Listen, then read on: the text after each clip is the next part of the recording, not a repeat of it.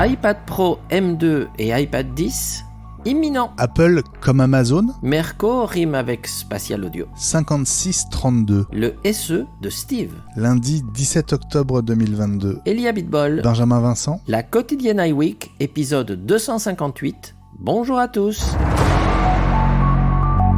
Ce n'est plus qu'une question de jours. La prédiction est signée Mark Gurman de Bloomberg et ce dimanche dans sa newsletter Power On. Il évoquait spécifiquement les nouveaux iPad Pro M2 dont le modèle 11 pouces ne profiterait finalement pas d'un écran mini LED et l'iPad 10, mais pas les nouveaux Mac dont l'annonce n'aurait lieu qu'en novembre. Pas de keynote à l'horizon, les iPad Pro ne suffisent pas à l'essentiel de l'évolution concernant le processeur, même pour les MacBook Pro M2 Pro et M2 Max. Les changements autres seraient minimes. Ellie, est-ce que ça veut dire que les nouveaux iPad pourraient arriver demain ? C'est pas impossible, parce que vraiment les stocks sont au minimum chez tous les grossistes et que un communiqué de presse Apple du mardi, on en a l'habitude. Donc ça pourrait être demain, ça pourrait être la semaine prochaine. Il y a eu d'autres petites pistes dans la dernière newsletter, en particulier le fait que les dernières bêtas de Ventura qui seraient en sortie finale pour la dernière semaine d'octobre contiendraient bien dans le code la mention de MacBook Pro M2, mais à la limite c'est pas grave parce que si ça sort à la fin du mois et qu'on en parle et que ça arrive en novembre derrière, ce serait pas ce serait pas un énorme secret éventé, mais en tout cas, oui, donc différencier, évidemment, s'il n'y a que les iPads, ça ne justifie pas une keynote, même si on attend avec curiosité de voir ces modèles, bien sûr. Autre info signée Mark Gurman, Apple travaillerait non seulement sur un nouveau produit hybride qui combinerait un iPad et une enceinte intelligente, mais aussi sur un support pour iPad doté d'un haut-parleur connecté pour parvenir au même résultat. Ça ressemblerait furieusement à un produit connu de longue date chez Amazon.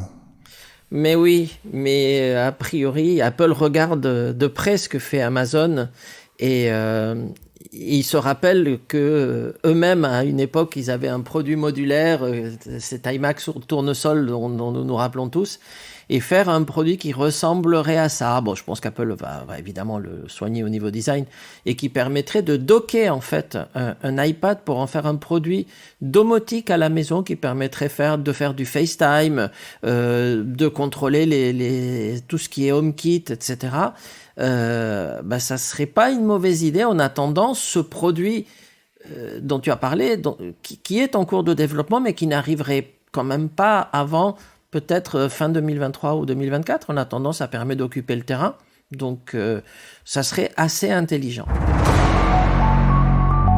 Profiter de l'audio spatial dans sa voiture, c'est désormais possible dans certains modèles Mercedes et c'est une première. Apple et le constructeur allemand l'ont annoncé cette nuit.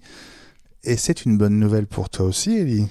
Écoute, pas pour le moment, mais potentiellement oui, parce que dans les conditions, c'est limité à 5 modèles de la gamme qui sont tous au niveau d'une classe S, donc il y a le EQS électrique, le EQS SUV qui est électrique, la classe S et aussi une Maybach, qui est le modèle, lui, super haut de gamme.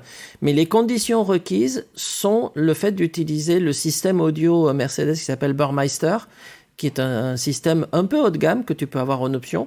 Bon, il se trouve que je l'ai, moi, dans ma voiture. Donc, par contre, j'ai déjà, puisque ça fait partie des spécifications, le Dolby Atmos. Donc, si je branche un petit disque dur sur ma voiture, je peux regarder n'importe quel film en Dolby Atmos en attendant quelqu'un, etc. Pas en roulant, bien sûr. Donc, potentiellement, c'est possible. Alors, le Spatial Audio Apple étant basé sur le Dolby Atmos, c'est juste une histoire de temps et de volonté. Est-ce que ils vont le décliner sur les modèles inférieurs à celui de la classe S pour permettre au plus de monde possible de l'utiliser. Il n'y a rien qui l'empêche. Il y a une petite astuce logicielle, c'est que justement dans ces modèles haut de gamme, Apple a fourni l'application Apple Music qui fait partie en fait de MBUX. Donc il suffirait qu'il la rajoute en téléchargement, c'est une simple mise à jour, dans les modèles qui pourraient le supporter. Voilà, donc attendons. Les salariés d'un deuxième Apple Store américain ont voté la semaine dernière en faveur de la création d'un syndicat et le résultat est tombé samedi matin. 56 voix pour, 32 voix contre. Réaction officielle d'Apple à Mark Gurman, toujours lui. J'ouvre les guillemets. Nous croyons que la relation ouverte, directe et collaborative que nous avons avec nos salariés est la meilleure manière de fournir une excellente expérience à nos clients et pour nos équipes. C'est une manière de dire, Eli, qu'Apple n'a pas vraiment envie d'intermédiaire.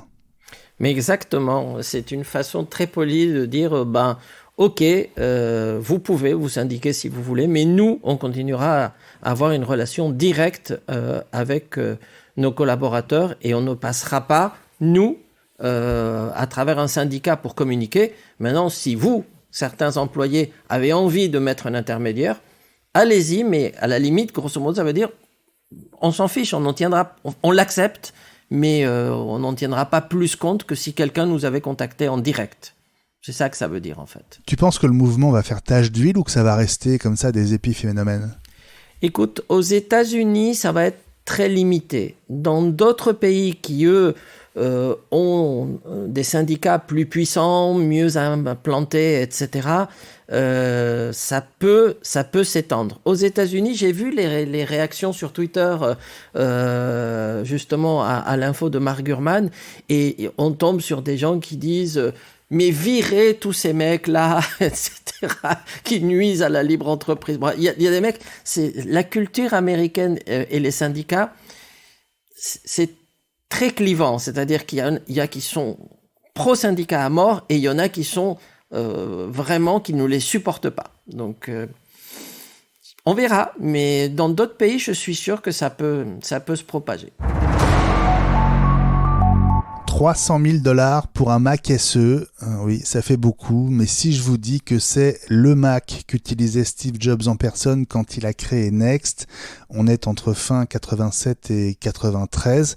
Le disque dur n'a pas été formaté et il contient encore des infos, notamment d'agenda, dont un rendez-vous manqué entre Steve Jobs et le prince Charles à l'époque. Aujourd'hui, c'est le roi Charles III.